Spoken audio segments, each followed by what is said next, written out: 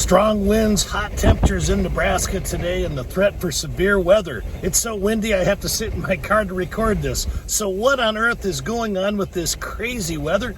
That answer coming up after this.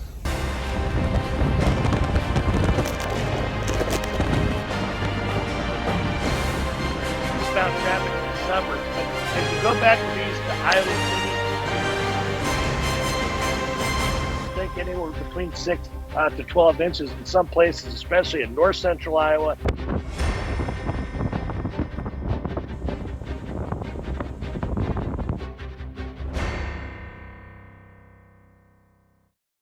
All right, here we go with the crazy forecast. Let's talk about what's going on Friday afternoon with temperatures soaring into the upper 80s to low 90s, depending on where you're at. Now, ahead of the dry line where I'm at in Holdridge, Nebraska, well, the dew points are in the 60s, so we're not quite as hot as places that's drier or behind the dry line. Here we're in the upper 80s, but low 90s exist out around North Platte, north of there, and southwest of there as well, where the air is drier. Now, here's a look at the current winds. We've had gusts in excess of 30, 40 miles per hour. It's just another walk in the park for us here in Nebraska, but we'll see as we go through the evening and overnight behind a cold front. We'll see those winds increase out of the northwest, and they'll gust into the 50s to about 60 miles per hour. So here's the threat for severe weather. Now, before we get to that, the rain threat tonight, or at least rain is never a threat, I shouldn't say that, but we're only looking at accumulating about a fraction of an inch to about a quarter of an inch at the most. So that's the negative side, but we'll take anything we can get.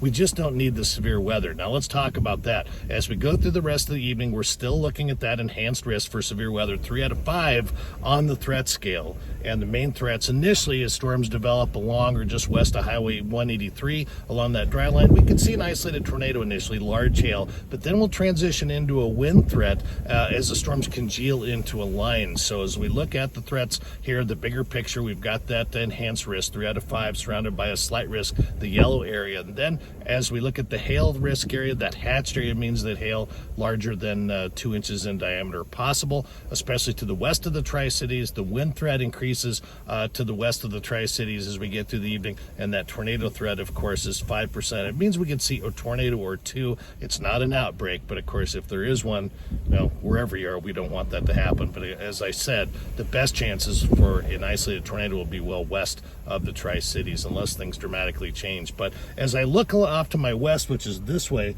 along the dry line, we're already seeing towering Q. And here's a picture that I took just a little bit ago. So these cumulus clouds, they start as little puffy cumulus clouds that almost look like cotton balls, and they interact with instability, and they have a little lift, and they puff, and then they kind of evaporate, and they just kind of keep building until they're able to break through that cap or that warm air loft above the surface. So we're going to continue to monitor that as we get through the evening, but until then, just keep an eye on the sky and keep it here. I'll be reporting live for Weather Nation. How can you watch me tonight? Well, you can watch me on Dish Network if you have that, or you can watch on your computer at www.weathernationtv.com. Of course, you can download the Weather Nation app on your smartphone, or of course on your smart TV. You can watch through the Roku app. You can download the Weather Nation app there. You can also watch through Pluto TV and of course any of the Android TVs or Samsung TVs as well. I'm meteorologist Tim Jones. Thanks for watching. Have a safe night.